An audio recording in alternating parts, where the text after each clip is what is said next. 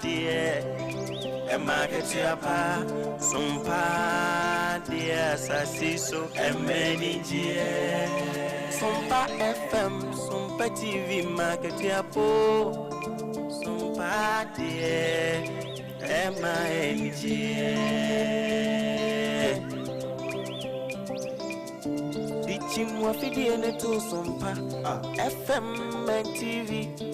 nebema weni jie ene aketiampa nebema weni jio kabra boy moda.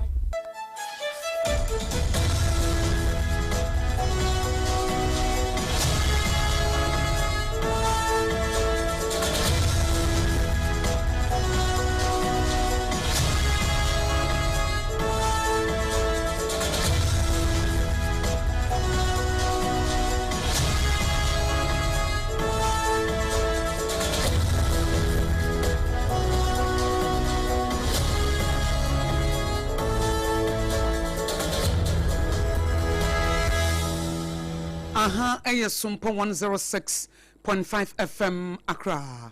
Ghana de Shimaima, Yamamunina, Ajo, and Enumre, a brown song said, Ye de SOMPA, hot bite, a Cassiabo, a Bremo, na SOMPA 106.5 FM Accra, hot bite, no numpe Mukasiabwe, a free SOMPA Hano, na enam your headquarters, a Wokumase, a SOMPA 93.1 FM, Ayiko 100.9 FM, Su, a Wokumase, Adam Fopa Radio, Ewo Paris, France, Takwa SOMPA 101.1, Techumai SOMPA 106.1, Sunyana SOMPA 98.9, and Kwanza SOMPA Mensonum a 70.90.7, and Amankasim a Kingdom 106.1 FM, Decoder so baby radio one a SOMPA FM, your Facebook page in a SOMPA 106.5 FM Accra, and a YouTube a SOMPA FM Live, your website here www.sompaonline.com, Kanesh Urban Radio, Ewo Kaneshi Market, and a Doma FM Doma Hinkro a 100.7,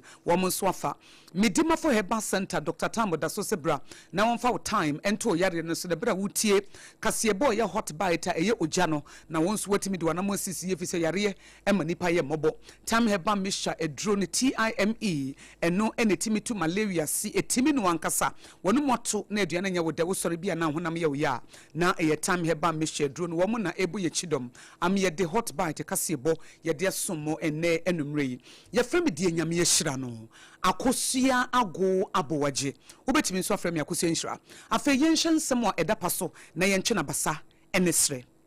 areho semwa efia santemantemu kumasi kejetia ebedan ye ne sekejetia Dubai market no eja eto baabi na baabi etoye no menu de eho no shedro be ama ekowi ase shops be ye eduo no 20 different shops nso ena eja ne bi ekoka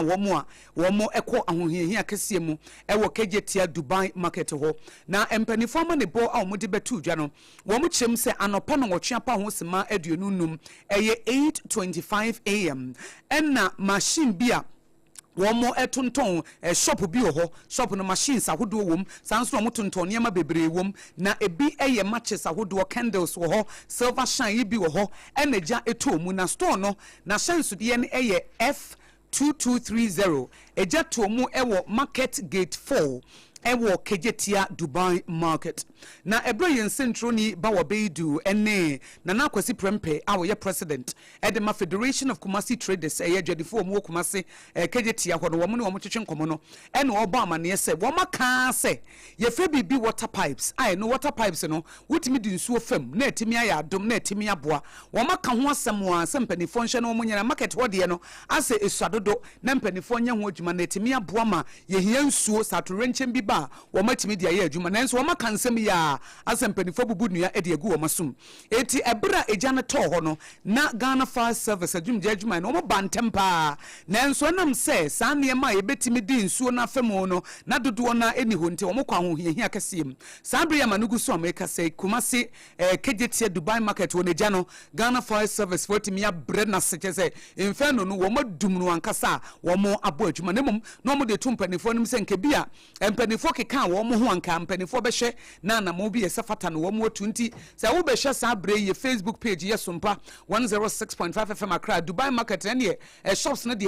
papa e wo kejetia ho na sa bre no Ghana National Fire Service dum jadwuma no wo mo de mrika tente abasahare so wo mo ebepie ho a na wo mo so ne mu eti na mpanifo chem se nsuo no ba bia na wo mo de befa no ho na ayatete na ebi mu edwane na ebi mu eye de ebi mu so yi wo mo niema wo mo shop wo fom no de se obi e pe ba bi de ne ho afa na kejetia Dubai Market Fire Station Commander DO3 Ebenezer Opoku wonu so asema wodi atodwane se wo mo ho an wo mo te se eje bi ato e wo kejetia Dubai Market ho eti badifo frem wonom se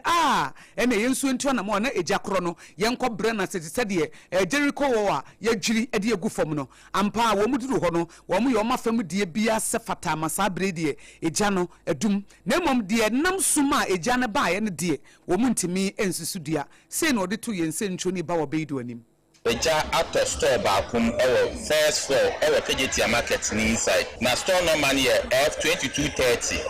nti imembranti no ya de America eba sin ho ampa ye ba no na eja no eda store ni mu nti no ye yusu ye hose we na ya store ewo market ya say no na quickly no ye sha ase ye den ye di dum ja no nti we free ye ba sin ha say ne de in fact ye be 5 minutes ye drew a 5 minutes time there na ye dum ja no di ewie ye hwe enyema na ase na nipa na oton matches box adaka na oton ewo ni shop ase nti wo hwa matches no yi ni wholesale na otu de ma atofo mo so me ye na mo kokoton nti afi de ya ba ya fi ye dum ja na ewie no afi ne ya ba sha ase ya ye hwehwemu nti ye ba ye hwehwemu yie pa na ni aba ba chire bia no ye ba batutwa ama abiyati we enti we dumja adwuma no kejetia Dubai Market Fire Station Commander DO3 Ebenezer Opoku ene cheche nsem se maame no shop no wo motonton matches ewo ho na matches na ye de nkrofo kototon ni bia ene candles ahodo wo monim de ntia eja no eto ho na eho asem no ene omode aba no ye nsentro ni bawa beididi okopie ho na wodi ogina ho no naten ene atentro do bawa memo akwa aba o yo anopa no yeti ya won kran ha ne mantema aka ne de na ayam hyehye fi se hwedan na efe na entutu ofiri mu ba na yesi eti edan we nyina bejire gufom na nso nyame ya dom ama Ghana Fire Service fo be pie ho no semanum kura ntwam na ne yesese wo mo ye no wo mo aye wadaroma yetie ne wuhunu ye ene ne omanfo ka Mami akusema na wasi nchi yetu kuitie SOMPA eni na menga asante mante mahi group mostly saeba kwa ejiga pa kesi sai sibina umuvi to babi sabri and swete kia esi gato kia igato kia nenye so base ni ni dia soba odie munema hello bawa beidu mami akozina mesra ha jina yie maye woji so na eba yie but okasa no na etwetwe sika kwenti yensan chance mienko yenko na mehwe ade muda ho kama muda ho yenko ene na meka no so ko ekje Dubai ade ba ko aba okay Spanish bano brano betia ne se su ejato obakono na pa shops be ni niensa na kese eje dem ma hye eno na no pe o ba ye tese no ejato ke se bi ye ba na ko du ne se ye shop ba kwa ena se kendo na o to to mu eje edem a hye na so ene na kan fire commander o kiliti obono mo de pa ene o kan me tini bu mu ambo mo de se ko dia and no peta ya no what happened no mo be ka san so mo ma no mo de to aso no na be afa yes yes aka de no won sam kwa no de e wo tem ho na eno aka wo ma si ade de before no o so e bu dem ni o mo kan si ade o ko fie kura no o ntumi ni san de wo wa o be si ja to ni to di na o ba be he ya eno energy na ka bi no forecast na hono a stores ahodo no ka so no a o di test na ahodo e di gusoro no nti se enya eja tumpe na ya HSF anamso e no so e ka hu bi ma isia no ida na e ho no ade e man church pa no e test ahodo e gugu e yes stores no a do hono at so o ke ti ahodo na o mo de insio first one almost 10 no almost in zero after more and nam asante just for ya ranka ubi ya na say e fa then to no wa ejuma and no antenya man yo ko amen kase o kiri je duba ho no a bi aye bi wo ho a e ja ato ama na se aspen that is the o ni this is that o ya and that's why the full network of the no that be ka so to nti no keje tie dia na wo no granu barubiano obeke esi dia to abrano dia obeke esi dia to eno na for a chain management na get so management no anyan tumi ko pa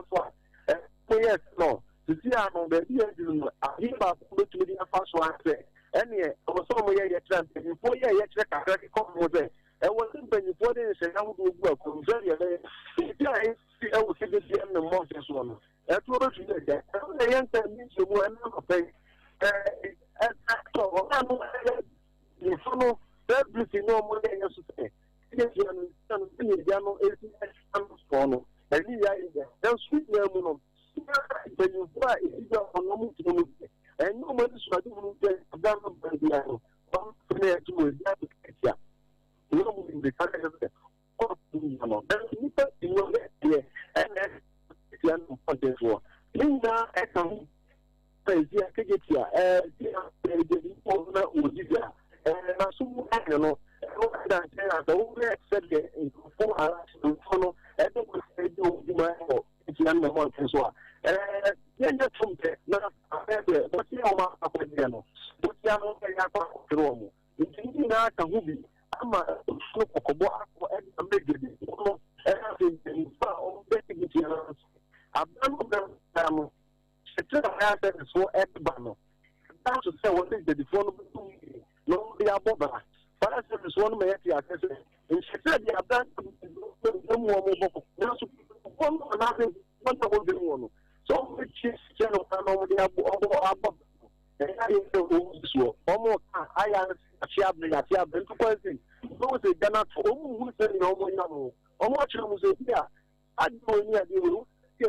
know and I'm teaching at the Rutia or my church in India. So the phone to all my say, over to me over Sumino. Now, swing them or more cafe. There was somebody and then for the study of there. If I have to talk to Philip and the Montes one, the two are able to me a cat. If you have been here, like I say, Jano, when you fall to me, I'm not you. Now, so, your party, if you say, now, men can say a bread room is more on the water or moving Jano. One say, you know, so over. Yeah, one. Never motono. A young yammer is okay, but you are saying, if you go so I make a talk there, say, do not. I affected Nina Efano. If you don't do that, but the Nina is that you be there into the idea, and then put the idea and then conquer me, Avama. Now, Nina, a year can be Janadi, and you thought to us or no, Emma is the idea. Was na bawo bedu ebro bibi sesi e de na wo mo kejetie Dubai ho no mo kakasa be na ekoso enkomo be na wo mu die bra because enim say jaba say ya na ejadifo we kan we ya de na wo tete free ejadifo no nchen nze ma me akoso se wuni se genya stop e no za fe na nkofo e beka ahia poti customer who be na photo we buy na meka se be dia nso ya de you gugu abo amount for price say send na AC two see power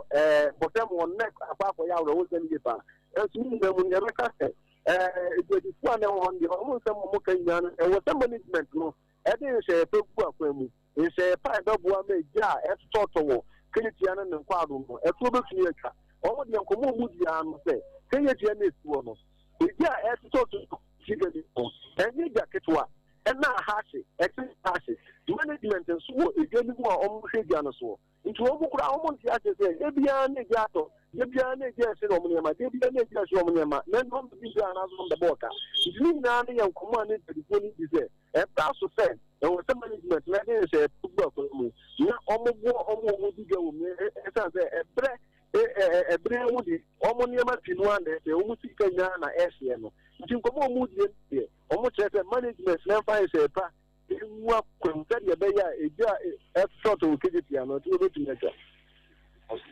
Bawa beidu ye bedanse wo manebo a wode ababa bedan ye na me ansa na begia wa mo akokra no ebra esi ye no a Ghana Fire Service said omu si ba ho ntem ene said omu si ye ne ntem no me diri se adwadifo no bo ma ba so fi se me bi atwam ye nim ebra eja toye ewo bia ben Hello FM ho a wo mo ba ye wo mo check akra ye nim said ye adwadifo na Ghana Fire Service for the boss ma sakasaka e koso di nsem bebre kra ba ye a Ashanti Regional Minister be pie ho e me no kofa nsem bebre ba we ne de se omu si bedru ho ntem dum edum ne ntem no se na o manfo hu wo mu dwumadie we go the American customer fire service so in fact all the we can and press and a map piano now fire service so it just I know when you almost before I saw was so it just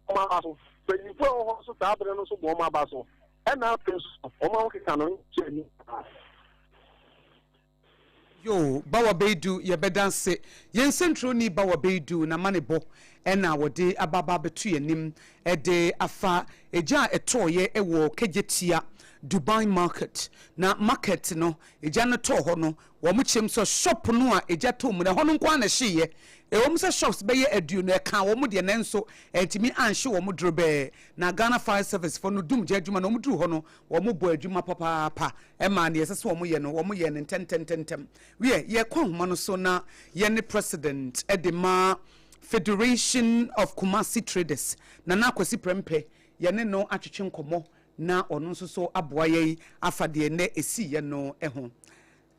na AKOSUA bema memoadwo eba hot bite kase eboso ejo so menu aba na bibia boko de adomini bia so yeso na ene na kejiti anopa no na nshata anti asem but nyame ya adoma amana nye huhu bia ta ebra wo ti ye no se na ho ye wo bra wo ti se kejiti Dubai ho eja to shop ba ko mu no yo me da sidio anopa be no ngoche apa nsima be juonu no me ko na dua sanim ana ya call say your shops ne ba ko F2230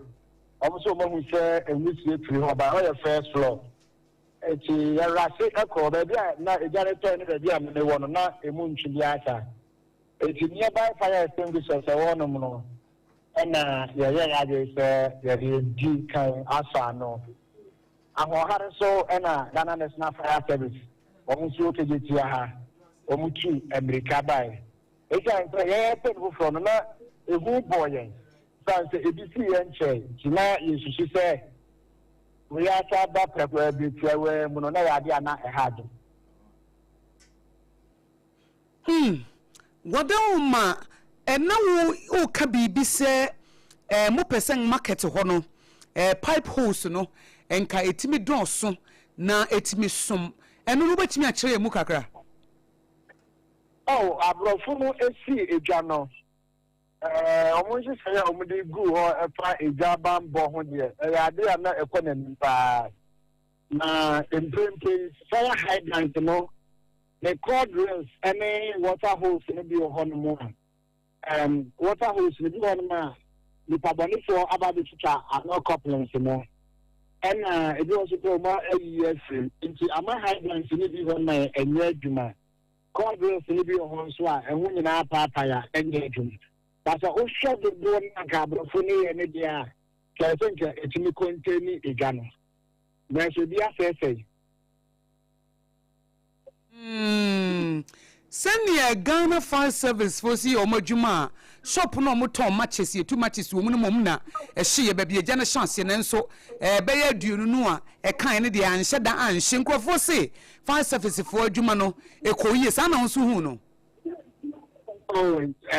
sabi omuyo majuman ko ma ya bo mo achi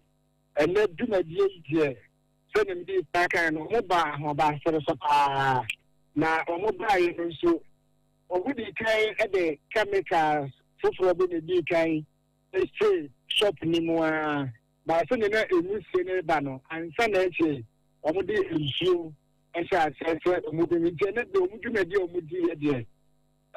let's put our cats and make us a tiny intervention in a saving situation because shop na ngasa na e jano eto mu no otonton matches candle what insecticides ni na na ebi e wo sa shop nti enye fire for na ho ahare so mo ba ye dia nanka e be hard ne pa ene de fire for the bomb mo ni openye dia futu na wo de be ma wunuanom awmudi dwa e wo kejetia Dubai ho bra ejai esi ye na edi nsem bebre ba ye futu be na de be ma rehye nsem be e na de be ma mo members no. The level of indiscipline a genuine no. I was on the part of the traders. I was sure. Na so bia no say indiscipline e wo hono ma ya de mra e na tinetine e bi pano. So me can several times say young traders we should burn the market. Young can say e just adie. It's a great bia no as a say ye the nyema ya de bo ho ban e dia ma ye any enchirima. Na yenye ya gane se be yene die na na frɛ mpanyinfo mu hwɛ dwa no so sɛ ɔmo fancy sɛ ya ɔmo de ɛbɔ edwa no ho ban no anya adwuma to the latter na ɔmo nye mfrɛni mu ne hwehwɛni mu bia because edwa no ɛyɛ about 7,203 local shops yɛsi afiri mu mpo a ɛne deɛ ka ho a 5 times ɛna edwa atɔ kegetia ha ɛna ebia yɛ minor but na hwɛso kɔso ɛyɛ nhwehwan a aga da bi bɛhwɛ a ɛbɛyɛ kɛse ɛbɛdi nsɛmu na ɔne deɛ yɛsi yie ebisa sɛ ɛyɛ electrical fault ana ɔmo ka kyerɛ sɛ ɛnyɛ electrical maintenance manager na ɔhɔ no sɛ ɔmo yɛ ɛnyɛ electrical na ɛsɛ sɛ ɛfɔ baabi no ɛyɛ yɛnyɛ dwadifoɔ na yɛtete shop no mu no yɛn negligence ɛka ho ɛna ɛma saa nneɛma ne ba na masra mpanyinfoɔ so sɛ aka bi a yɛde ko egya ewo edwani mu no emu bebre so a ne duabre no ho atitima ewo dwani mu eno so empanyifo nhwe se omubeye siesie ama sabe aboagye nyina opanyi yebeda wase se woni atwetwe nkomo yede nyankopon so se bibia nso edayie akire yente bibia se a nana yebesa ba wakache bim ba so na so me ta se bi yo yene opanyi nana kwasi prempe awono ena eye president ma Federation of Kumasi Traders ena etwetwe nkomo na wabiebie yani efa ne esi ye no eho a wababa mu akire ye nsimo de atodwa ne sampa wedi Ghana Fire Service for wo mo ho ye ha papa wo mo ban no so wanche ena baabi kro no agya ne toye no wo mo hweye eso ano ntem etikiro no mo na duru ho ntem de bia nka kajetie Dubai ya mo a mo hweye wo SOMPA 106.5 FM akra mo hwe dan fefei ene enka ejiri gu fom hye ya da ne nso nanso so shop no ana enu wo mu no eno ena bibi saa esimu a eho ama ne bono empanifo ede ababetu Jamaica wo se SOMPA kasebo ena wutie fi SOMPA 106.5 FM Accra Midima for Herbal Center Dr. Tambo da so se me ho aso ntese bra na yemfa time ento yare ne so fi se yare etimi manipa ye mobo wo fa ba bi na adwodwo de friend stroke no sisi yare na se wo kotodwe diabetes prostate issues hypertension kidney failure infertility in men and women na sa wo ho hawo yare an ye kronkro typhoid ne malaria bra na Midima for Herbal Center Dr. Tambo da so wonya wo fine oba na ye the time ato yare no so na na wakobie foforo watakwa wakobie bi wotachi ma chese se wo tene ntaba mu anie we eye Midima for Herbal Center eti Dr. Tambo da so frɛ no e wo 0244774282 eye 0244774282 and 0500727215 0500727215 na den kran ha de obi ase pokuase mayira pokuase mayira nedem na se Midima for Herbal Center no ena kumase bua kwa agogo nso woni government hospital no ena di nhwe ne mu Dr. Tambo da so wo so onyankopon ne yaresafo ne mum nyam wo fa nipa mu na ye adwuma asase we su de wo fa nipa mu de yaresa ba Midima for Herbal Center so no wo fa e de yaresa edimu eba eno achi ne mibusa wo se wo ye obi a malaria yare no edi ne peduemo furusane wo ye obi a na wo twibia malaria besra wo fie da bia na wo twibia acha na nsa na malaria chiachia wo se mabo maba te se de yakasa SOMPA ya bo ya ba na malaria so se mabo maba se wo pese malaria jai maba ne sankofa no a ene time heba mixture dro no eno ne timi malaria wonu moto na saduane nya wo de honam taye wo ya edro mapa eye time heba mixture dro no maybe e ton no bia ebi wo ho na Dr. Tafrija ne nana ena nubuna ne ha ma wakeka sieni ene odi gya no no so dia ye dro ene oton ma manfo na sese de obi a wo sere na honam ye wo ya da bia no afa wo se wonu moto aduane nya wo de wusika aba no na wonu mu ne nyina sensene wo tachire maso sensene a de wudi be yisuo no eye time heba mesha se wo tachire maso gene na sensene na didi na aduane nya wo de bra wusika ba eye time heba mesha se malaria fever na hawa time heba mesha wo sori bia honam ye wo ya se oni padua na bayfo de akwakobobo eye time heba mesha enti Fred Dr. Tafrija wo fra wo se na SOMPA kase ebo mu ohwam eno a na metio emu de eti eye 0244417669 0244417669 na wagina so na wone no aye adwuma wo mo na ebo ye chidom ama ye de nonsia kase ebo a enche ye de hyehye so a hot bite chance ye 5:30 pepepe na asem da paso ye tu na basa ne sre no na nonsia boy ye de aka nyina nso atoa mo so emu hwehwen hwam a emu nso ede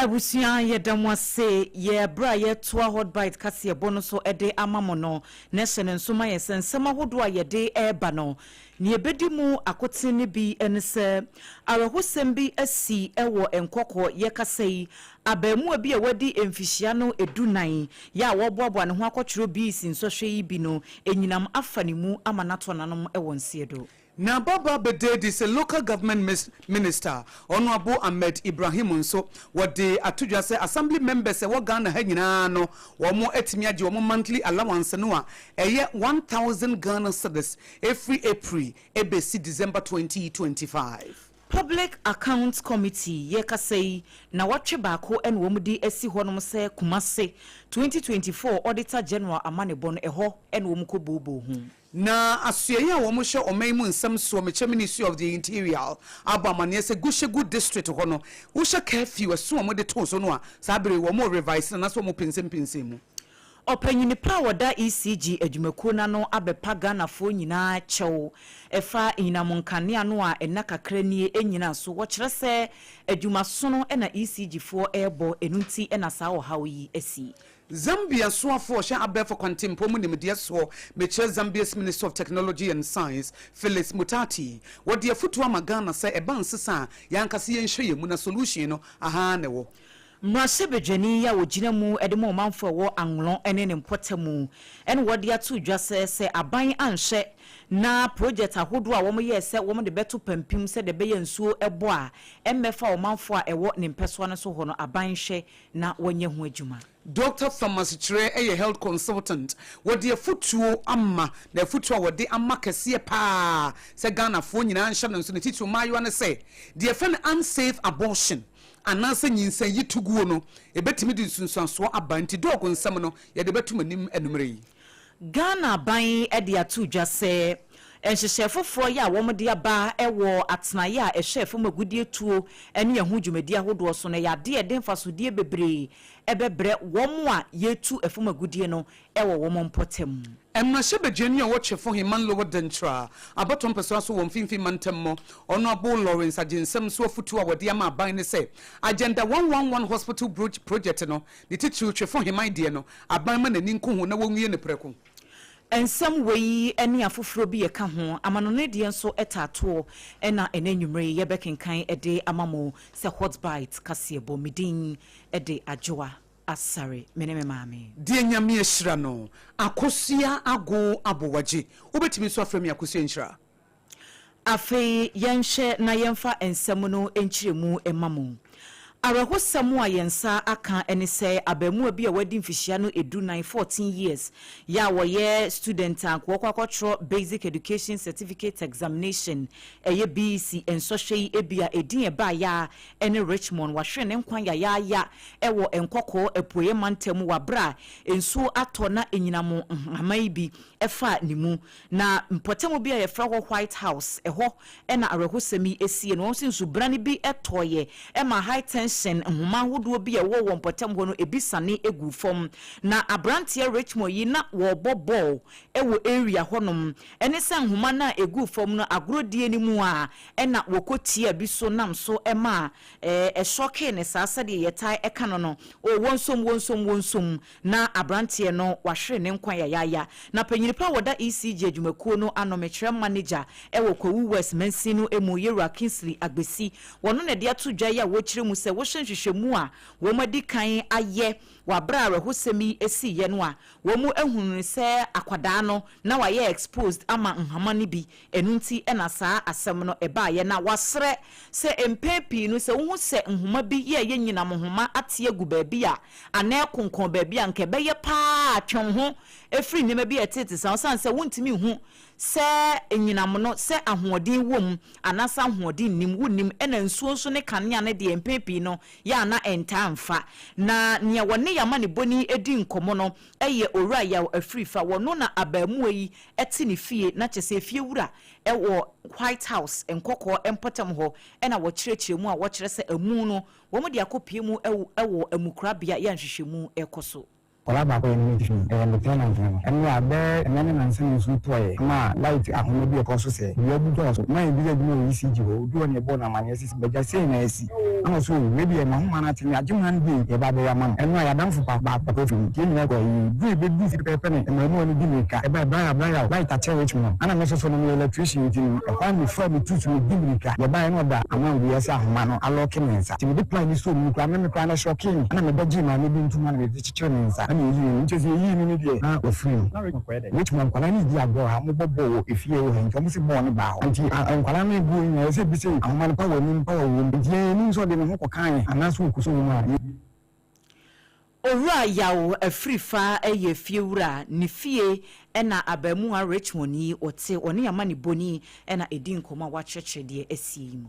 Meka wo se midima fo Herbal Center Dr. Tamoda so ena time Herbal Misha edro no hot bite kasebo ena wutie nanumre na wo so fo wo hwe mensin nkwasempum to so eye honorable Ahmed Ibrahim na sama wo dia to dwane se wo assembly members beye 9090 wo Ghana hegina na aban ehwe se allowance ye de ma wo mo bosomi no ye betimi atum etie pagya mu ko 1000 80,000 Ghana cedis. Into 2025, Bosumi 9 ebesi Bosumi dum yenumu no April besi December 2025 no yetua 1,000 Ghana cedis. Emma assembly member bia se won fa mobra na allowance kakra obetimi edi atwitwa ne ho. Waso mampani His Excellency John Dramani Mahama wano energy 2 mu se yenya ne samfa mmoa na etimi aboa mo ho henha wo mo no mo ayedwuma so ne adwumaden na Magana local government ministry ni district dwumadie no nso agya na so Ebra government accountability series AKOSUA no ene dey ene wo bo amane se sa sika no a yede amomo yede eye adwuma no ebetimi aboa pa nanka na eye 1300 Ghana cedis na yetete taxes efri so yetete to ni free so na be 1000 Ghana cedis nemum de His Excellency John Dramani Mahama share so muntua ema wo na ye 1300 Ghana cedis 300 Ghana cedis no eye to allowance na ye edi free mu na no chem se de fan is decentralization ayede ye adwuma wo Ghana ha afia pema 1988 no bibi say NCDA assembly members no dodo no adwuma pa o mo ye adwuma so ne adwuma den na say yemfo mo nya hwe yenti so dogo bi enu aben so aban we die wo say assembly members esefata say ye hye o mafunu mu ma pay modest allowances to assembly members for over 30-something years since 1988 that we started practicing decentralization. Assembly members were not recognized. They were not respected. They were not motivated. Since one of them became a president of the country, President John Dramani Mahama said every assembly member must be paid an allowance of 1,300 Ghana cedis. And we have 9,090 assembly members in the country. All the 9,090 assembly members were paid 1,300 Ghana cedis. And out of this, it was taxed. So when you take the tax component of it, every assembly was paid an allowance of more than 1,000 Ghana cedis.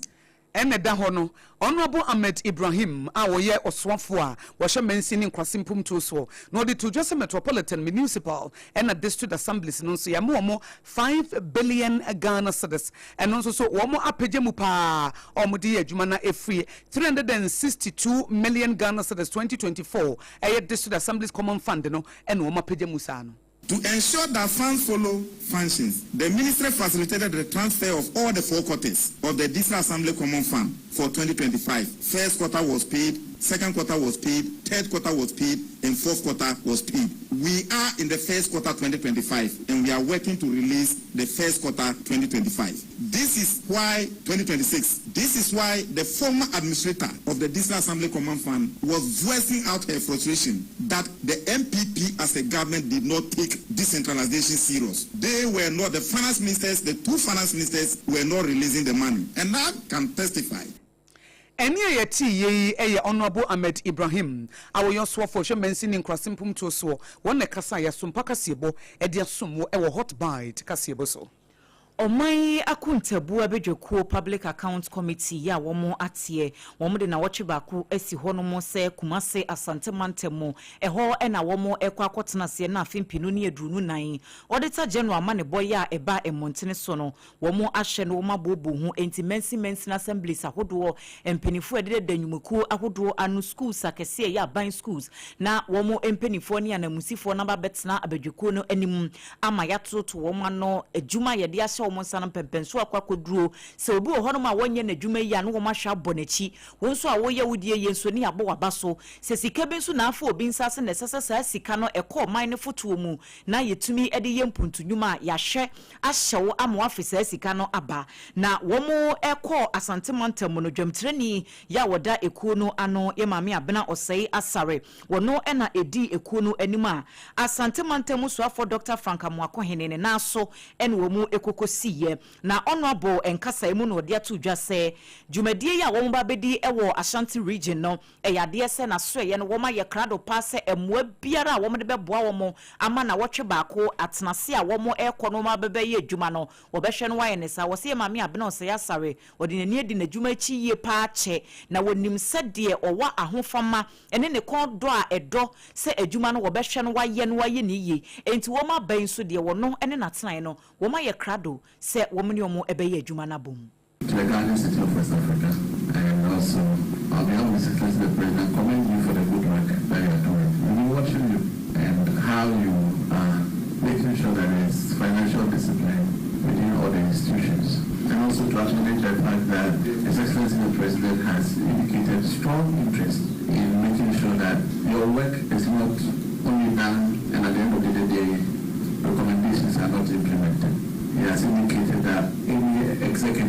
officer, any public official who jokes around the audit report and the recommendations thereof can even stand prosecution. Wei aye Dr. Frank Amoakohene wono ene Asante Mantemu Swafo. Yanka musa SOMPA kase boda wuti efi SOMPA 106.5 FM Accra. Ye ko yanimo no. Waswafo no ene hwe so man mu nsem begina yi Ministry of the Interior. Wasi yenya ye nim Gushegu district sakasaka isiye ema ye de eson kase eto so eye curfew no. Na curfew na ye de to so na ye adwuma na ye adwuma ache no. Esese wo mo hwe no mo dane mu kakra. Eti National Security Council na pensem mu a enche revision no ma ya fa ho no.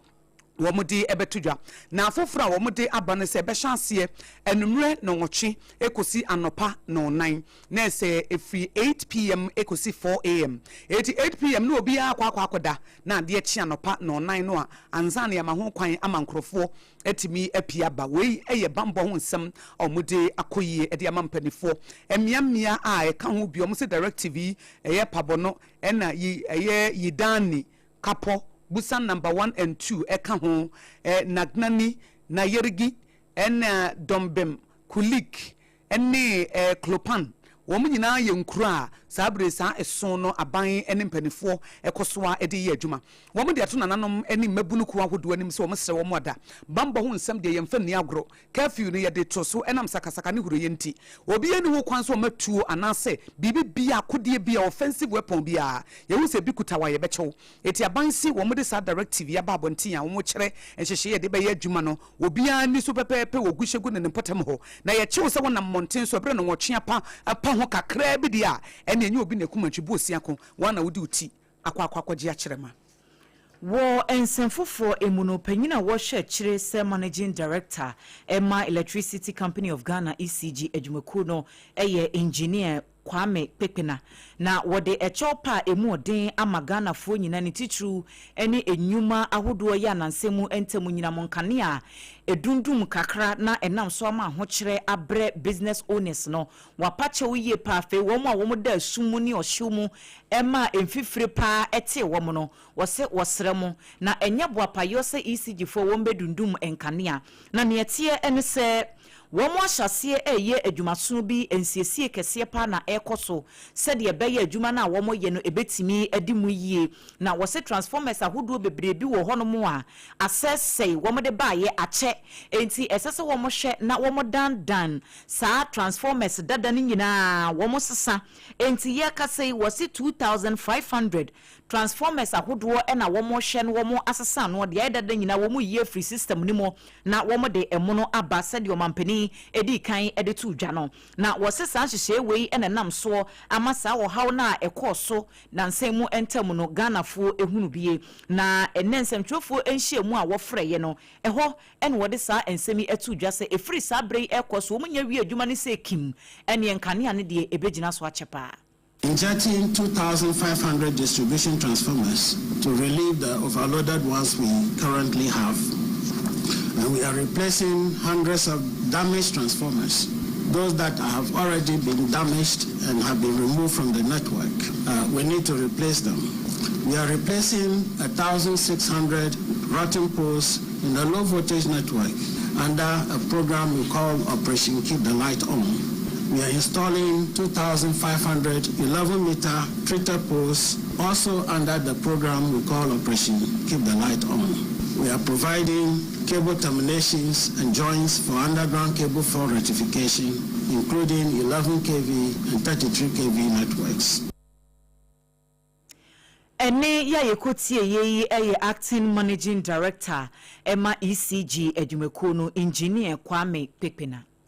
Arocha Ghana eye kuobia wo mo hye so obo ade bo brem bibia bekoyie na ebegina yie no mo se wo hawo bi koso a wo mbe se wo mu yi asanteman ene Ghana fo nyina sotire fa ho eye lake bosomtwe sutade no a ye ka se man made na se ya na ya ye ho adwuma na agina na se nipa bi de yesekan eba bedwa nanka na Arocha Ghana fo asemo mo de atodwan se lake bosomtwe no wo mo bokoko se ba bia wo manfo tutuo na bi mo ase bi mo pese wo musi adan ne wo madwene ho ade kanten fa wo bro bi enim se sutade ye busumtwi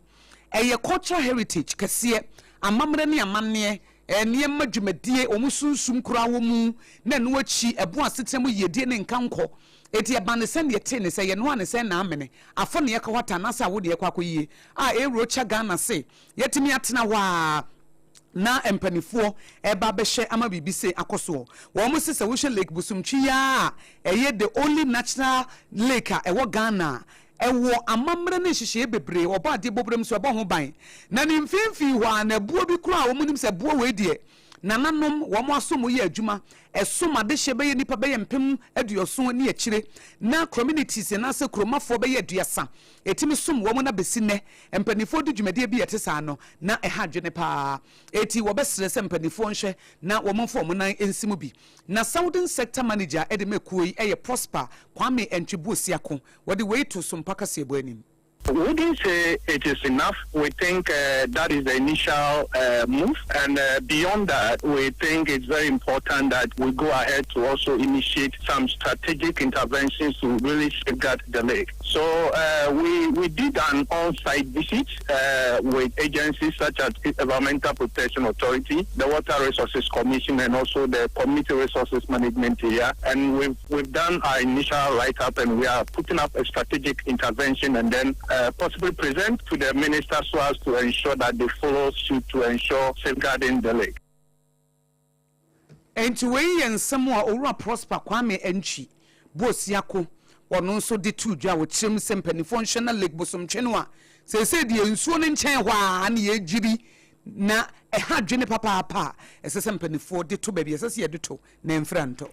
Abusia mayemfa kasebo no enko from mantam no emu na mrasebedwani ya wogina mu edemo manfo wo anlo abato empeswa so eye onmonyamfo Richard Kwame Sepe na wode ato dwase ensem bi ekoso nani enye ho emre bi etwa mu aban no ede nhyehyɛ bi ba ya na efre no West Africa Coastal Areas Project ya sa project ni kese pa ne se wo mu a ensuframa kese ebo tidal waves yi ebi ewo from mantam na pampimu a eni ho nti no ensuo no ebo saa no a etimi kone kosei ejapade ne amanfo adan na atwi e de akwakofa so atutu amanfo afiri wo mafie mu na sabe bebia wo mde wo muti beto kora no na akwakoye den no saa hyehye wei na aban ne de ba ye se wode ba beboa se de beye ne pampimu a ye betimi atoto pampimu no ewo pona no na emframa ne bo a ama mesei ejapade na wose afimpinu ne yeduro miensa 2023 World Bank for e de wo monsa tintim loan approval bi eso a na som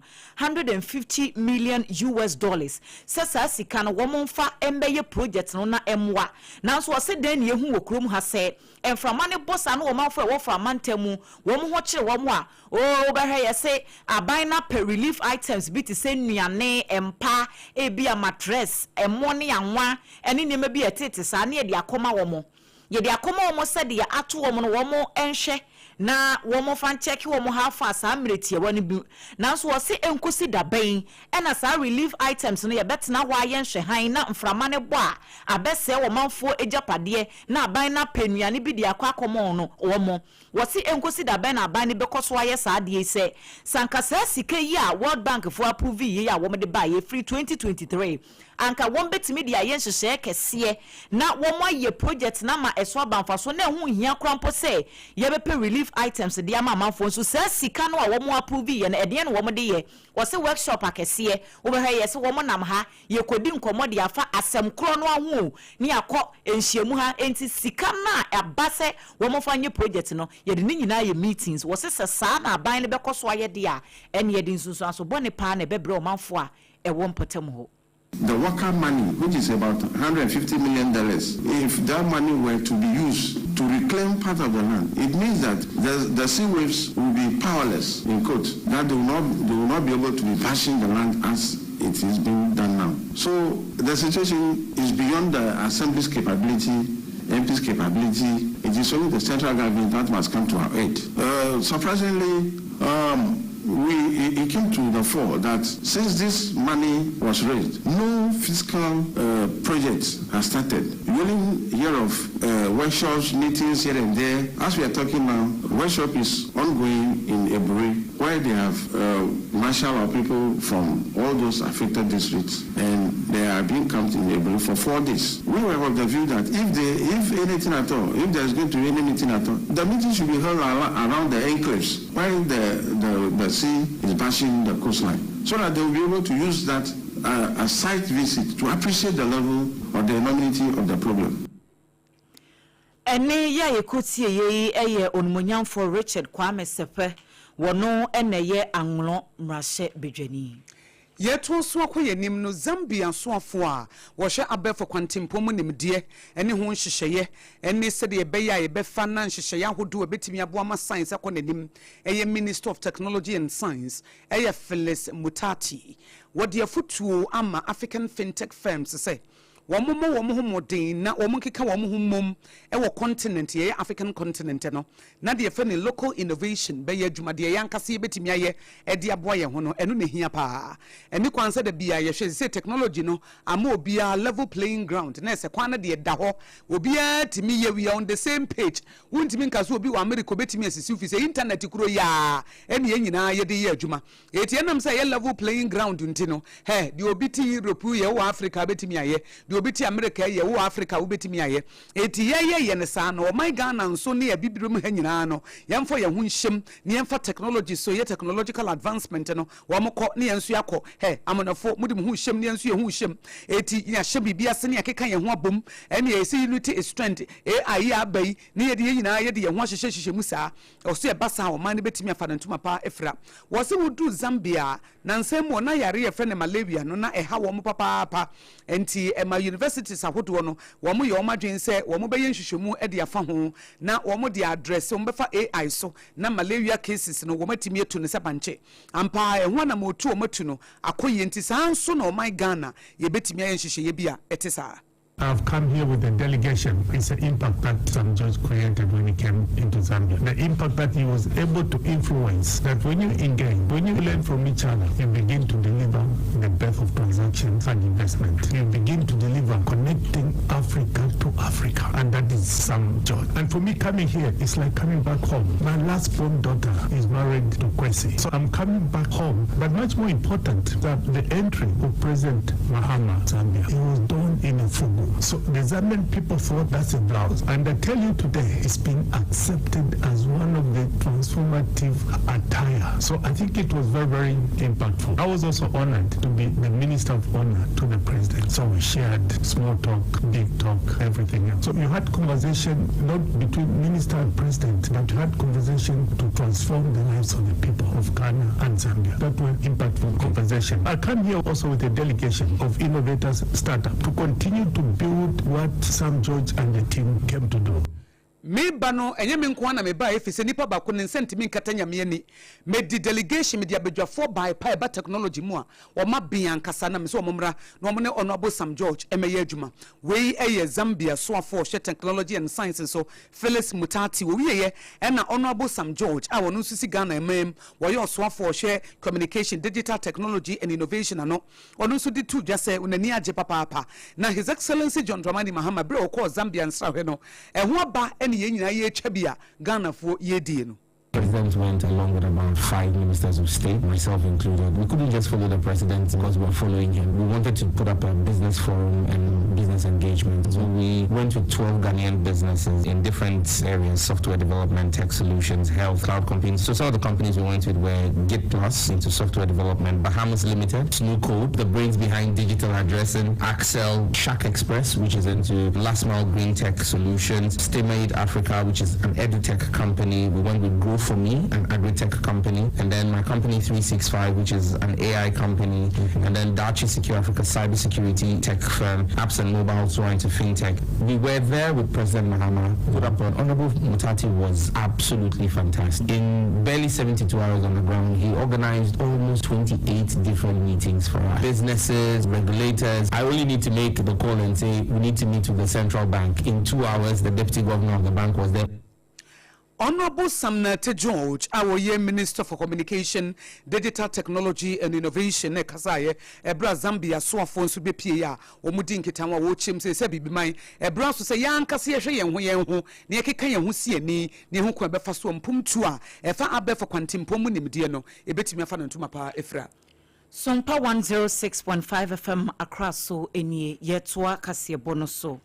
Aban edi atu dwese enhyehyɛ sonko ya womo edi aba ewo mining sector no emuno ebetimi aboa pa masese Ghana fo nankasa afasa so ye hono edi so na etimi aboa ma empotem ahodo ne titru ene enkroto ahodo a yetu efoma gudie ewo hono no womo so ebetimi enya so emfasode na wose emfie dodo bi a atwam no nka mia ya yetu efoma gudie nka womo kra ne sese womu di ye enso ba Ghana hanom empotem ahodo bi nano na oswafo wada asoye na no Lands and Natural Resources oswafo yera Emmanuel Amakofibu akopie mu ewo atoyemantem no waso Western Region wo mu bibia bi nanso eba se empuntu anka ba bi esese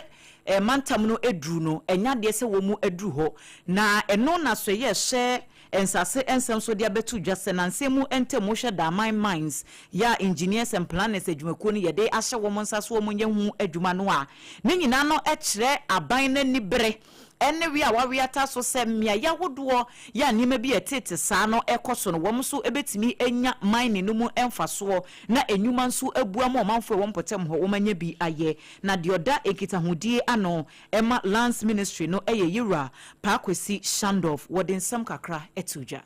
Beyond the infrastructural uplift, which of course is within the capabilities of EMP to deliver in that regard,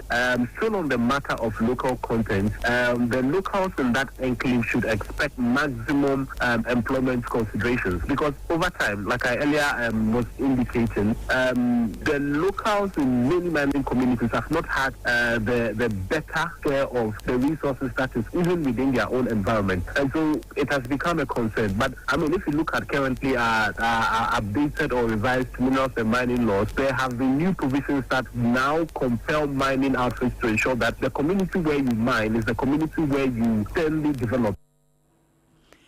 Wei eye panyina wodankita hudie ano ema soya ehye ensase ene wobo ade ebobremu nipa wode adom omeyi yewura pa kwesi Shandoff eye health consultant ewo sunyane branch wo 21st clinic yenim se 21st clinic en sciatica wo mu gina wo mu na so ne yare yahodo bebre ene wo sade wo magidi wo mu eye sciatica yare no na wode afutuo ama emayo wo mu siso se de frɛ no unsafe abortion yinse yitugo basa no ehu pa ebetimi di sunsanso bone edi abro mu nti wo munya hwe yie wo so obi wo ha wo fa yafunu a na ye beba kasa teenage pregnancy akoda ketu a wonyini nu ba bia wukuru wai ene atintu bo se wono akofa no bi ye fa na herbal concoctions no no de wurura na se adan ya medi se nyinsen ebi mu so timi nu akofa no bi na di sunsanso bone abanti obesre se ya hwe yie papa ebi mu kura fa mu owu na no ye te se abayo bi ye se wo so okoyi nyinsan to ogu na danfo bi na di aduro ma no wo de hye na se mogye tunu akopem se abaye de kodu hospital no na owu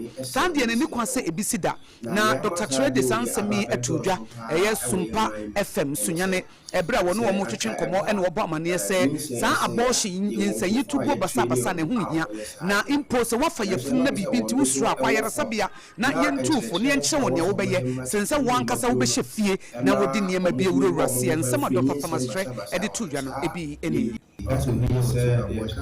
don't see maybe all year no not here and brand all year we see you and I say it be a service as na we ababendo so pa away mind and say anka eba ni say essay ye won ko for ye training on yes ade na so na say won do e wo form na enchire so wo so modern matiti ni mabu no e ma omotimi bo mo ba free say basa won sa ni die no e wo form ye encheda encheche ma endru achi ko fu gbe na encheda enya ho ni die e say nipa ni ko di mpama probina ni say le ba o pe kwa fa so a o be free no ntino say obi a chi na dro bi a otimi e de be ekoto na akade betimi abo na yetimi si ano kwampa ba ko ne se ye be man chire no atimi akoso sex education titi ni mabro no eni ye Dr. Thomas Tre ye health consultant ewo sunyane 21st clinic ho eno de sansemi tudwa yensentroni wo pambo etintim ede besom ye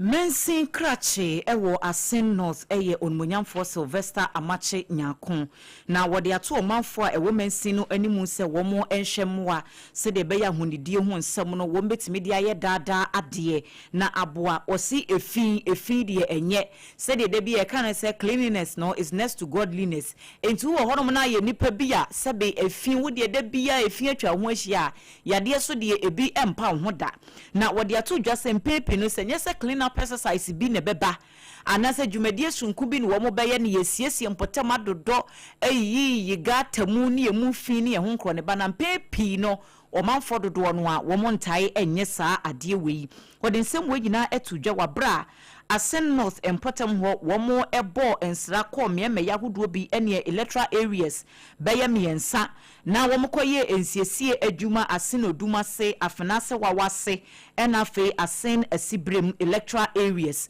womo ko honum nyina ekoye clean up exercise bi said ye beye World Health Day wombetimi ahye ho fan na dwumadie no ase en woni yamane boni Eric Anan edi nkomo na yɛma mpanyin so ade ho sɛ abosome bia nsiesie kurom no ase na wayɛ nkuro na dɔɔso so sisi nkuro maako a ɛyɛ apa ha miɛnsa kyerɛ sɛ mɛka kyerɛ asibrem de titiri assembly man ɛne mpanyinfoɔ no sɛ ne ɔmo de asi ɔmo no sɛ na ɔtwe bia ɔmo bɛyɛ clean up no assembly no nso yɛbɛta ɔmo akyi ne apanyin ma kakra bɛboa na clean up ɔmo yɛ no atumi akɔ so nti yɛhyɛ ɔmo nkran sɛ de ɔmo yɛ no yɛade papa ɔmo nkɔ so anyɛ yɛaba ha a yɛbɛhu de ɔmo yɛ deɛ yɛhyɛ ɔmo sɛ mmerɛ foforɔ no yɛbɛsan aba bi ma bi kora yɛ ma ɔmo nkaeɛ ne abɛpia ɔne sɛ de ɔmo kan no ɔmo yɛ amfa yɛhyɛ da ɔmo ase ɛsan sɛ yɛnsiesie ma ntam na yareɛ bi ba yare no enimpani enum abofra enenim abranche ebetumi ayo bi anam yesiesie nkrum a ye nkrum ti a ebema yare atumi akopoma maye ti edomase ye hwemu graso mo nkoso a enye yakopon enka Asen North Mensi Krache onmunyamfo Sylvester Amache Nyakon ena yete ne nka no na no siye oba hema ya wo Asen asibrem nana asabia wo body si ya baso pa se wetimi edi project ana dwumadie bi etesa no ahyehye so na emom de wosre ene senka assembly ni so betimi aboa na dustbins akese ye disisa enwura yi wo mapebie sisi potem ahodo e wo mansi no emu a eno so betimi aboa amahunidie ho nsem no agine yi Young Hade, come here, you are Mangajuma. Banada Bia, you are Mangajuma. Tea, I'm my young crone. I am young dustbin, Susie, young dustbin, that boy, she said, my young said, oh, be I was there. Jade, Bolanum, Abu Fraprana, or Nama, you went to my children, says the papa, or Namama, or the ball out to Fama, also catch a muscle. Yanni dustbin, Ama, young. Ene ya yekotie ye eyoba hima wo Asen asibrem nana asabia na amaniboyi Eric Anan enedebai Eric Anan Kroya so at the Ababedan yese and Mashebe Junior watch for him and lower than truck constituency and was central region as and Finfi Mantemo a honorable Lawrence Ajinsem na futu wa diama bang and say agenda 111 hospital project and AKOSUA e watch for him mino na abind that dana ye ho adwuma du hanchemu ediosun enum 75% complete eti akato na bro hanchemu be ye duonu numpe 25% ni wo mu awie eni kwansa aban jaima agenda 111 hospital project no a ewo chefo heman na esi hwa na etete se kontebe esai wo bredi o man sika na yeye ono abo aginsem chemu se hospital no ebeboa papa ai wo mu se abandada na chance de nanso wa ye ho adwuma madan no afe wakona nim papa 75% kura de wo mu awie na wo mu ni district hospital e wo ho enti chip compound bi e wo ho na nipa kobodompem wo ho eti mashebedwani e de ato aban anim se wo besre so wo mu nkeka wo mu ho na wo maye ho adwuma wo de sansam itudwa ebro wo de da kosi wo de abasobo ema impomdin adwumayefo Chefo Himan Lower Dentra constituency and was central region Finfi Mantemo honorable Lawrence Ajinsem the dear Futuama Bang say agenda 111 hospital project na watch for Himano 75% complete it ya management was new na district in Womuni hospital wo we na honorable party fiabe ono so district chief executive officer Machefo Himan Lower Dentra one so chemu sempom de adwumayefo no wo mu ye adwuma papa na centers ni bi wo kora nipa ekọ ho no doso eti esese ye hwe na mpanifo boa na yenya ne yesafata ne de soma de hye wo ho nipa do na do so e do so ha pressure wa ha say in hospital and to be a case the hospital and the health center therefore see beef up the facilities and there are challenges notwithstanding we are working at it as of now we CB now the also more operating from community based centers it be help every so e be liberate that places it be this idea you go so e won ma when ya ban crash penny watch for him and lower dentra about 1% so district ho honorable Patrick Fiabe wono ne kasa ye we no ura Daniel Ba a wono so district health director enso che mu sese de health professionals no wo mo ye adwuma e wo Himan district ho no wo mo bre papa evi se wo mo ni district hospital nti de ne ye si na ye nwie ye no se ye wie betimi abo fi se ban se ne ye te ne se so oba fa ye funu na wo kwa wo se ne de na si bicycle so oba wo aka no bicycle ene ye de na si nchen a wan na echi bicycle no no de na ko hospital say yeah a lot of the pregnancy no omo ema eba no do na ye kada ride no any adinti to say there you didn't kind discuss it inside yeah try say yeah dey activity ebeba ye betimi ene community members ni nyina akasa nti obia edini ahwe na ye nyina yetimi akon edi pregnancy situation na e what dey him that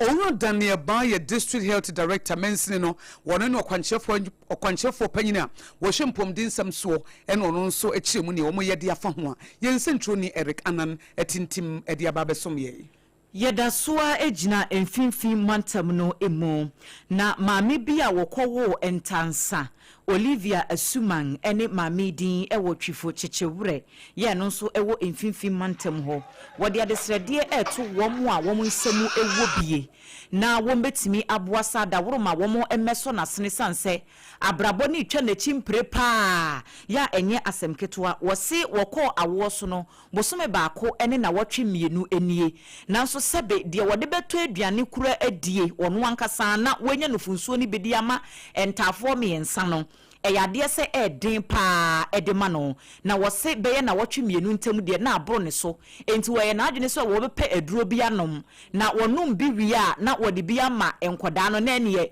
wone ne mama yensa ne nyina no wo mawu abom sansa ateti a wo fam no eyade bi a eha adwene pa na wose enam se enkoda no wo mu nidie na ma mekura nya bi eni ya ebede na nkoda na nya nufunsuo no wo manom wose enu nti nkoda no yade bo mo ma yede wo mu kopie mu wa ya sabia enya dokitafuo bi no mo adaworo manka ebia nkoda ne kura nkasa bere wo mawu enti babia wo bia ya wutie kaseboi Olivia Asuman say wo srese wo mo a wo mbetimi aboa no wo mo emekọ ne moyi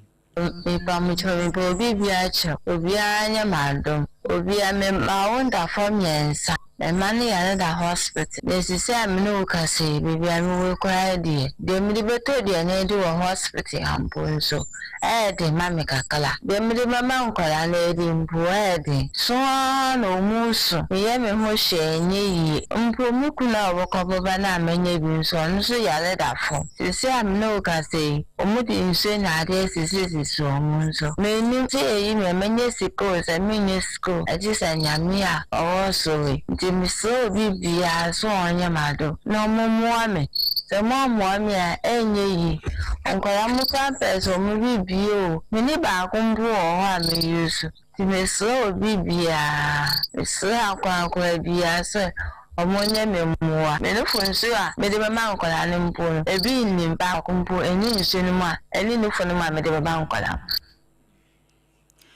enti Olivia Asuman ena wote ne nka no enu achi mejidi pasa wo awutifi awutie no obi ebisa se na ne kunu no owehe ana bema na de ne wo ye se de ne wo ka no Noah awujo wono ene okunu ya wone maami awo na wo kiremu ese yade abono enti wono ankasa no wonko no waba wodampamu se ya enti maame no kora ne kwaniye obi na ne da achi efu a no akododo no waji sika kakra obi na epensu pa no waje no akọ no wanya bibi kakra de abre ne kunu na wodampam no enti ahokyere ne de wose wo mo famu pa kwa woso se minimum se bakupe no akowo ti ekoya abaye miensa miensa ponu bakupe hwe kwa ni easy ni bresa na miensa aba mi sega abai ni MP4 nyi na se omu boami e kaye sadia omu timi boami sadia na ne ba ni mi de me jana da omo because me se me yamwa sense omo boame me slow mo oh me do ana biare bom me no bibia bi me tifi sa me sre aban se on bom me MP4 me DC4 se on bom me kan say dem me de me ba de me jana wo enti asem no asefem ya rehoye pa se odo nanso wontimi nko no waba sesi ano wo yare enti adwuma ne kura afuom adwuma na nya de a wobetimi aye biem enti rekanan ama ne ba okofa ye efri twifo chechewre eba ye eni adane achiri edi amamu yi enti atiefo amo share ewo ye Facebook page SOMPA 106.5 FM Accra SOMPA TV so na wo akoma pa obey pese wo boa woni ne kunu bema no se wanhwe obedwane kra adwo so obedwane yeja nkwada no efise oba o se meyire kwa wo so akwa wo nsa aba o se wo hu ye kwa na ne ye mahye no eti yesre ye client service line no ai wo betimi afre se wo mo bia betimi aboa ma me no se drumre bi no na opese wonu maduro na nkwada miensa na etiefo so wo behwe nkwada no ho fe pa nkwada makoma miensa ono obatan na komede no eti oni bi kra no de amankwada na ahenasa enti 053 1886216 wo frɛ ye client service line na ye be mo ho kwa be fa so ne ma me na ankasa akasa na wankasa bibi wo ho a wo de akwakoboa no eti ye client service line no 053 1886216 053 1886216 enti kwa wodo amon sha bayanse non governmental organizations enemo amoboa no se wo frɛ number yi a ye de maame no ankasa no a ne ho kire no ye kasa fafa SOMPA akra maame na ye de ne number be ma no afrɛ no mo pese mo kɔ ho na mo kɔsra no a na makwa akɔsa no mafa Erika nanso na makwa wo hwe baabi a maame ne tie na hwe nkoda miensa meme yentafo maame ntimi nim se de esitie ahenasa ne ma wo bi etimi nim se de esitie papa na ye no kra ye de ne no ye adwuma na ye tua ye kantini ye wo kakra wo ye ho no sika wo ho so kra bra wo bre no na sika kra ase sika kra ya useless sika ya useless wotimi bresa na wo ho mete wo na anadwo busumi nsia na me na don hwere me 3 hours da 3 hours na me na bi da enti ne de yi brain nyina achi na san hia no enti two trouble one god ye de ne de ne sika kakra wo ho but obre no nko an mitimi ma yetiri nyina tutui but ono de asan hia no ono de asan hia no na yasa de bre na ka ho enti na edrum rebi no so obanum aduro no yesre ganafo mo mama mi wonko no maduro ngu na wonko mankwada na duro nso mo ngu frɛ ye client service line ne fa maame ne number mawo na frɛ na mesre mo nko nkora nuane diapers ahodo me kaises abre family wotoma wo mo a eni nansa na asan nkora miensa nufu so no nso wo we bo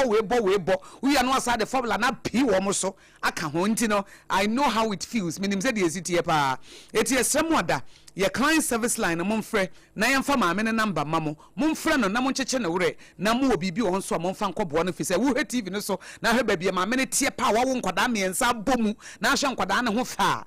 bre na wo mu ni wo hia no bre no ni wo hia ne kunu no kura de o san yare wo so no ye kuye no wododo ne ampe kakra ma no ebi a aha ya na no si na me yire kwo wo aba ko penpo eden na akoye miensa nti ono de se Ghana form wo na obedwane ye gya oba no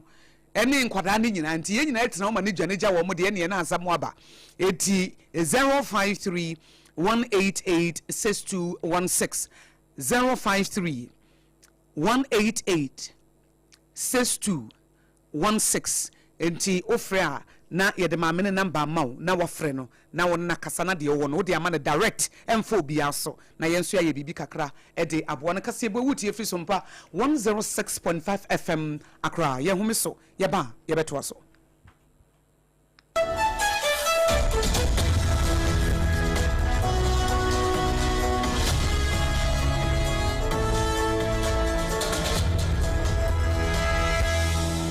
Midimafo, Pokwase Maira Accra, Midimafo, Pokwase Maira Accra. Midimafo Herbal Clinic Accra. And you won't hear passengers a gumi kaimui, a Hana do one aircraft. Hey, and this Accra and put away the mo. And yet the Muampa, the said, a Duchem Atlantic International University, America Memu, about Dr. Dujanfi Babasu, honorary degree as a professor in biology in herbal medicine. It is said here, I am more. Oh, Mr. Minim wife, your copa war, 1 year, 1 city, need send between ones and 8 years cano. Miss Connection and said, Uncle, na a sakakra. To say what Peggy Mama, what you have them. Connection, what you are about the crow.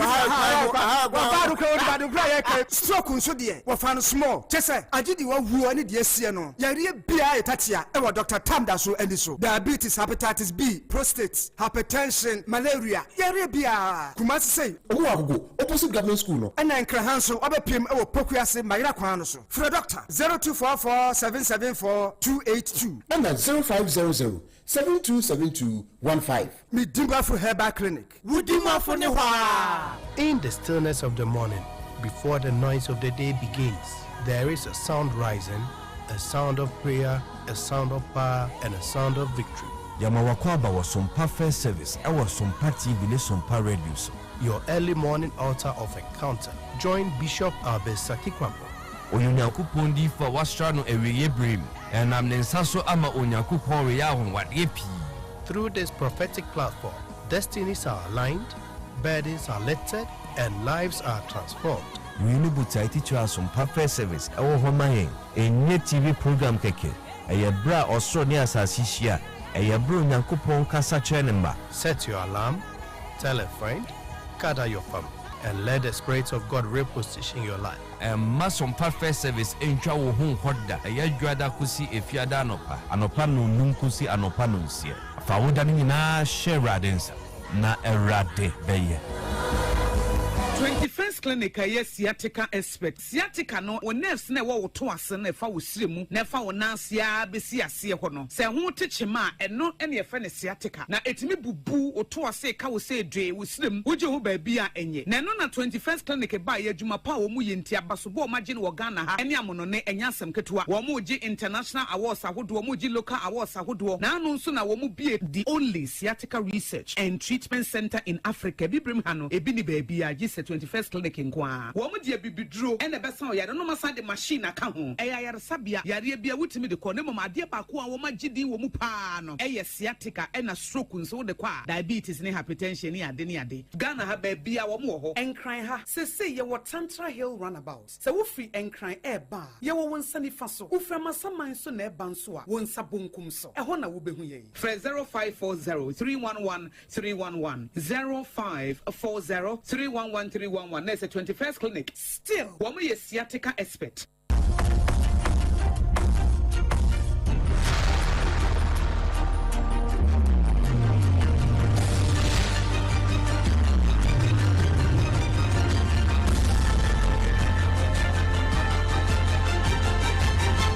SOMPA TV, Emma Aketiapa. Emma Akatia Pampa na yetro so ne yekwa akopie ewo Louisiana I know ewo America memo eyarehosem na asie arehosem ne say ye free bibi domestic disturbance en no che say area motie na bibi asi na mamom wo krom ho nyina mo ho popo abrante bi matuo so obowura we fia na wo bonkoda tu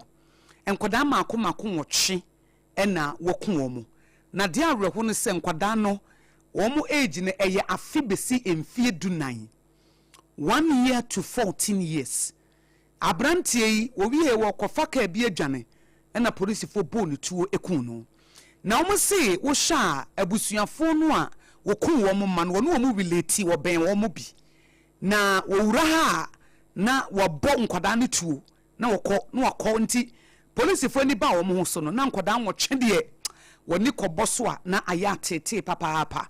na mpanifo kyerem sɛ wɔn te obi frɛ baako bi obotu no nuko dwane ko hye obi fie ɔno mom netimi efrɛ 911 no ɛna ɔmo de mrekatenta basahare so no ɔmo kopie hɔ ɔmo kɔye na sɛ wabo nipa bɛyɛ edu etuo ne mu nwɔtwe ɛna free mu emu mienu de ɔmo epra no emu ɔden pa wɔn nima de kodie nti a abrantie de ba ne tirim ɔmo atuo so a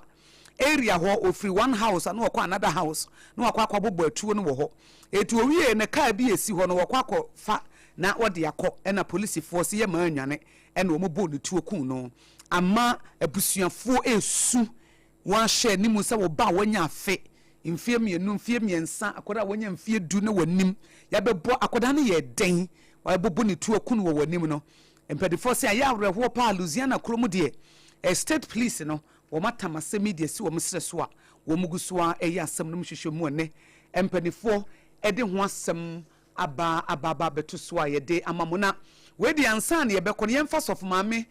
otutu atuo ne story bi e wo ha yede amano no se media ansa na yakoye techiman commercial drivers no wo nsem bi o mudi atodwa wo mo fi techiman kokuma se no wo masem mudi atodwa ne se Toyota Voxy vehicles no a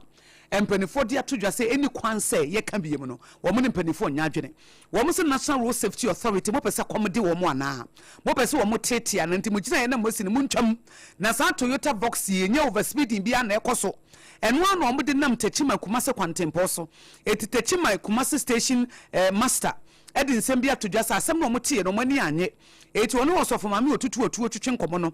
na driver ni ba ko techiman station wo ho chirem se na Toyota Voxy ya tode agumu se ye yifri ho a na no omo koye anase wo mo bai sei na ode to osofo mame anim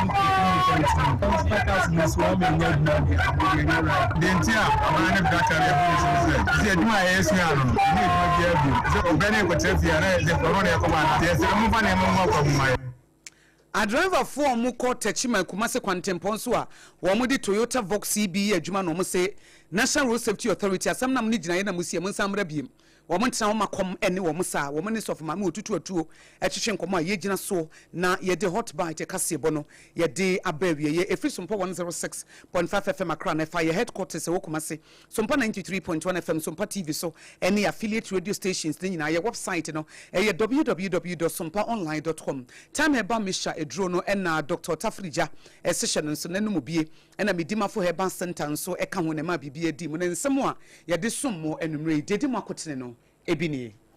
Aroho semwa ebeto odwa ewo enkoko ene se abamu abi a wadi mfihia no edu na BC candidate bi enyamunkane afanimu wabra ensuo to ya manahwere ne nkwan Honorable Lawrence ajinsem mrashebedwani ewo twefo himan lower dentra constituency wodi atodwa sa agenda 111 hospital no a ewo twefo himan no aban na akato na bro no wawie nti aban ne mewie ne preko Public Account Committee edina watch baako esi honomo a 2024 Auditor General amanebo eba ye no wom kobobo hu ewukumase Zambia soafo she technology ne science so any Honorable Sam George ono so she communication digital technology any innovation e share wo Ghana no mo dia tudwa se technology ne Ghana yankase enyi ye de na emoa ye ne emoa ye ho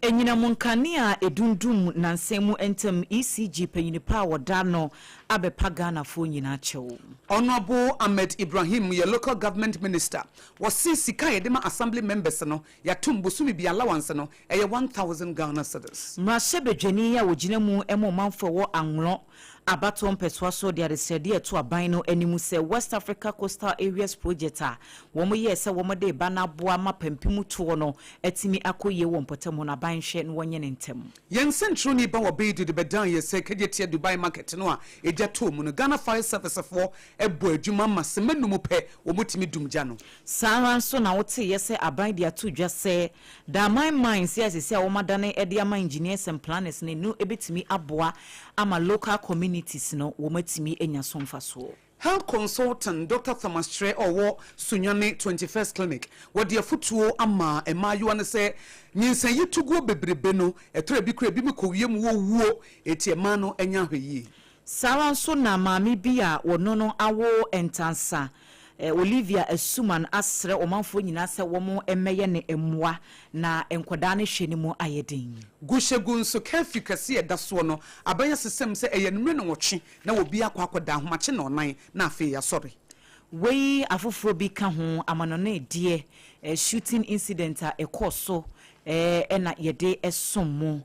yenom a yebekenkan ye edemamo medin ede ADWOA ASARE mene die nyame ehira no AKOSUA ABOAGYE obetimi so afrem AKOSUA nhira yede mo nyina anse